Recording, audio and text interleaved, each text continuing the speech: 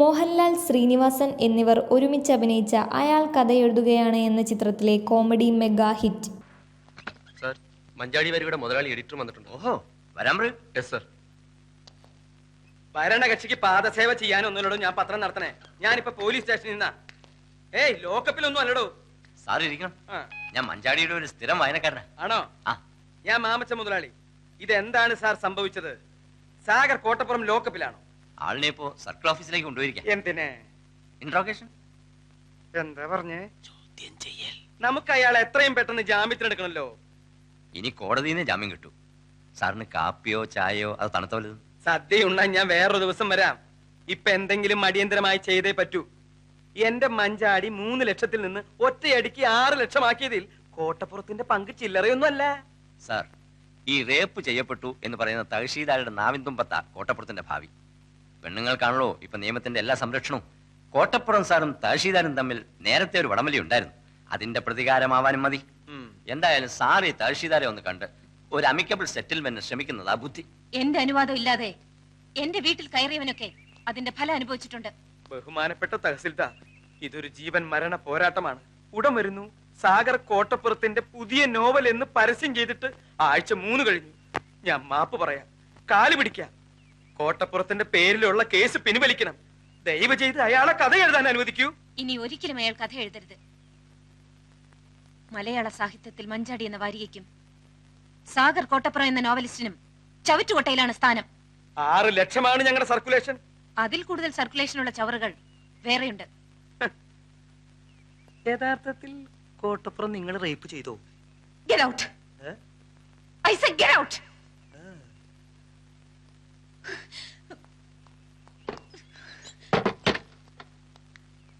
ഇവളെ ഒരു തവണയല്ല പലതവണ റേപ്പ് ചെയ്യണം. ഒരു 10-50 കൊടുക്കാന്ന് പറ. എന്തിനു റേപ്പ് ചെയ്യാനാ? അതിനല്ല കേസി നൂരാൻ. എടോ, അക്കാര്യത്തിലേക്ക് കടക്കാൻ അവൾ അതിന് നിന്ന് തരണ്ടേ? പണം കൊടുക്കാൻ ആദ്യമേ പറയേണ്ടതായിരുന്നു. സാർ ഒന്നുകൂടി ഒന്ന് ശ്രമിക്കും. വേണ്ട. വേണം. വേണ? വേണം.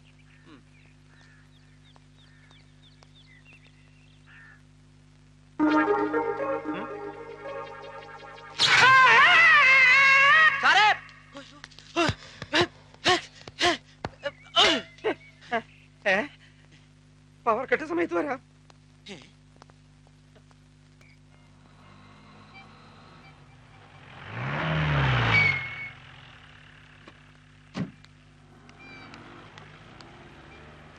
Good morning mister Karunakaran. Police സ്റ്റേഷനിൽ ഇൻഫോം ചെയ്തിട്ടുണ്ടല്ലോ. ചെയ്തില്ല? ഇന്ന് 11 മണിക്ക് പത്മ ചിട്ടി കമ്പനിയുടെ റവന്യൂ റിക്കവറി ആണെന്നുള്ളത് മറന്നോ? ഇയാളുടെ വായിക്കാത്ത നാക്കില്ലേ? ഞാൻ മേഡത്തിന്റെ വീട്ടുവേലക്കാരനല്ല. സബോർഡിനേറ്റ്സിനോട് പെരുമാറാൻ പഠിപ്പിക്കുന്ന സ്ഥാപനം ഉണ്ടെങ്കിൽ ഒട്ടും വൈകാതെ മേഡം അങ്ങോട്ട് ചെല്ലു. I'll show what I can do.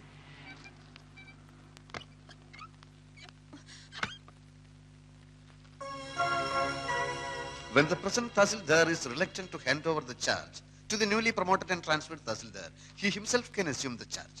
This clause is there in our department rules, madam. And for your kind information, I have already sent messages to Board Secretary, District Collector, Accounts General, and the Treasury. Anything else, madam? Hello, Tahsildar Ramakrishnan here. Sagaro. എല്ലാം വളരെ സ്മൂത്തായി മുന്നോട്ട് പോകുന്നു. സാഗറിന്റെ ബുദ്ധിയും സഹായവും ഉണ്ടായതുകൊണ്ട് ഈ അധികാര കൈമാറ്റം വളരെ സ്മൂത്തായിരുന്നു. ഞാൻ തന്റെ അഭിനന്ദനം കേൾക്കാൻ വിളിച്ചല്ലോ. അവൾ എത്തിയോ? ആ പൂതന എത്തിയോ? എന്താണ് അവളുടെ റിയാക്ഷൻ? മോന്തയിലുള്ള ഭാവം? അതെ, മാഡം ഇപ്പോൾ വടി വിഴുങ്ങിയ മാതിരി നിൽക്കുകയാണ്. ഫോൺ വേണമെങ്കിൽ കൊടുക്കാം. What nonsense is this? Mister Narayanan, mister Kurup, ഈ സ്ത്രീ എന്നെ ഡ്യൂട്ടി ചെയ്യാൻ സമ്മതിക്കുന്നില്ല.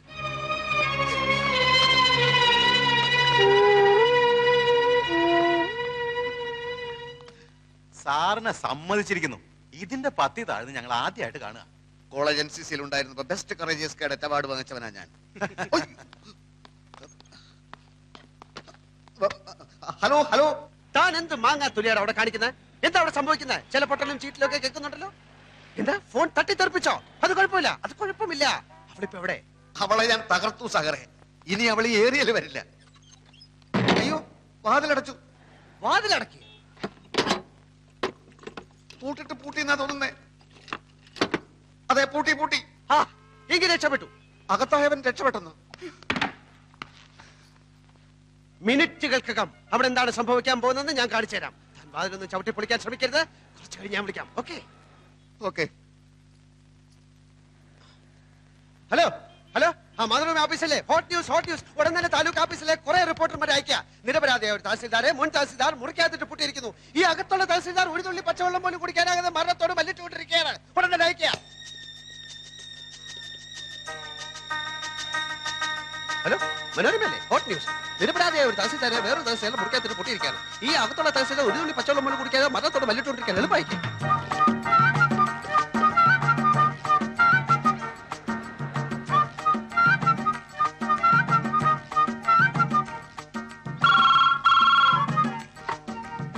ഞാൻ സാഗറാണ്. ഒന്നുകൊണ്ട് ഭയപ്പെട്ട. സാധിച്ചാൽ ഒന്ന് ബോധം കിട്ട വില കിടന്നോ. ഞാൻ ഉടനെ എത്താം. ഓക്കെ.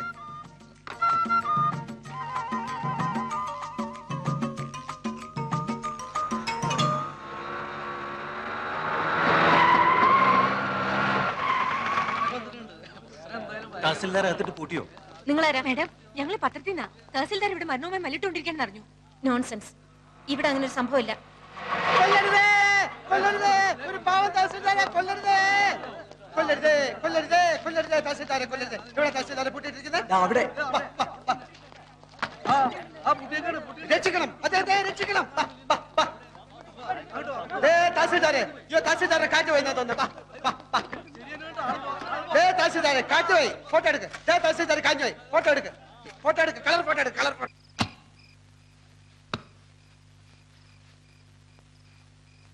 ഈ നൈറ്റ് പറിച്ച് കളഞ്ഞില്ലേ?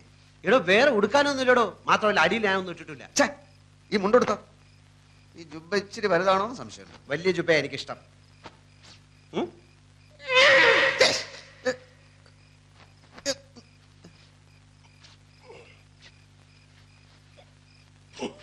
ഇതാണോ തന്റെ വലിയ ജുബ്ബ?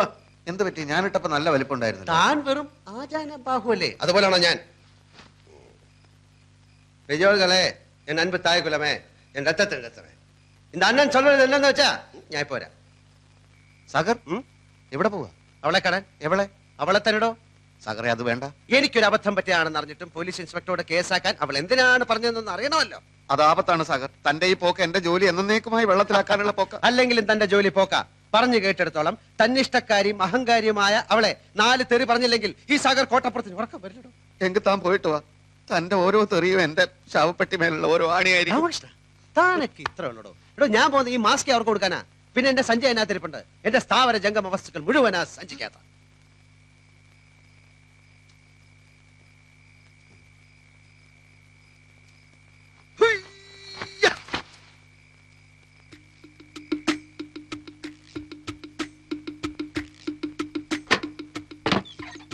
Stop there.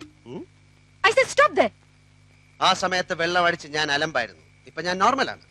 ബഹളം വെച്ച ആളെ കൂട്ടാനാണ് ഭാവമെങ്കിൽ ഇവിടെ ചോര പുഴ ഒഴുകും. പോലീസിനെ വിളിച്ചു വരുത്താനാണെങ്കിൽ അവരെത്തുന്നതിന് മുമ്പ് ഞാൻ ഈ വീട് ചുട്ട് ചാമ്പലാക്കും. എന്നാലോ മര്യാദക്കാണെങ്കിൽ സാഗർ സോഫ്റ്റ് ആണ്, പൂ പോലെ മൃദുലം. പാലെ പാലെ പറ്റിപ്പോയ അബദ്ധത്തിന് മാപ്പി വയ്ക്കുന്ന നിലയിൽ താഴാൻ വരെ സാഗർ ഒരുക്കമാണ്. തന്നെ പോലുള്ള ഭീരുക്കളുടെ ഭീഷണികൾ എത്രയോ കേട്ടിട്ടുള്ളവളാ ഞാൻ. താനൊരു കള്ളനാണെന്ന് കരുതിയാ ഞാൻ പിടിച്ച് പോലീസിൽ ഏൽപ്പിച്ചത്. ഒരു തെമ്മാടിയെ നേരിടാൻ എനിക്കാരുടെയും സഹായം ആവശ്യമില്ല. എന്നെ ഭയപ്പെടുത്തി ഇവിടുന്ന് ഓടിച്ചിട്ട് കൂട്ടുകാരനെ എന്റെ കസേരയിൽ കയറ്റി ഇരുത്താമെന്ന് താൻ വ്യാമോഹിക്കുന്നുണ്ടെങ്കിൽ താൻ വെറും ഒരു പമ്പര വിട്ടിയാണ്. ആണോ? എങ്കിൽ ഈ സാഗർ കോട്ടപ്പുറം പ്രഖ്യാപിക്കുകയാണ്. 24 മണിക്കൂറിനുള്ളിൽ നിന്റെ കസേര തെറിപ്പിച്ചില്ലെങ്കിൽ സാഗർ കോട്ടപ്പുറം എന്ന നോവലിസ്റ്റ് ഈ അണ്ടകടാകത്തിൽ പിന്നെ ഉണ്ടാവില്ല. ഉണ്ടാവരുത്. ഓക്കെ, ഇതാ നിന്റെ ബാക്ക്. യുദ്ധം പ്രഖ്യാപിച്ച സ്ഥിതിക്ക് നമുക്ക് മാന്യമായിട്ട് പിരിയാം. നിന്റെ കടപ്പ് മുറിയിൽ എന്റെ ബാഗും തുണികളും ചെരുപ്പും 3 പേനകളും ഇരിപ്പുണ്ട്. അതിക്ക് തന്നാ നന്ന്.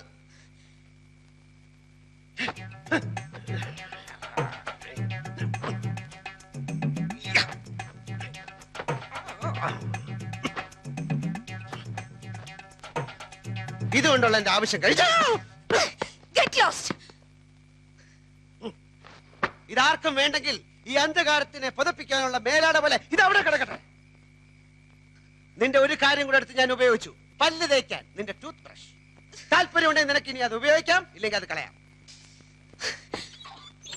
രാമകൃഷ്ണ, ഒരു സർവീസ് സ്റ്റോറി എഴുതുവാൻ മാമച്ചൻ എന്ന വാരിക മുതലാളിയുടെ കയ്യിൽ നിന്ന് നല്ലൊരു തുക അഡ്വാൻസ് വാങ്ങി താനുമായി ഒരു ചർച്ചയ്ക്ക് ഇറങ്ങി തിരിച്ചവനാണ് ഈ സാഗർ കോട്ടപ്പുറം.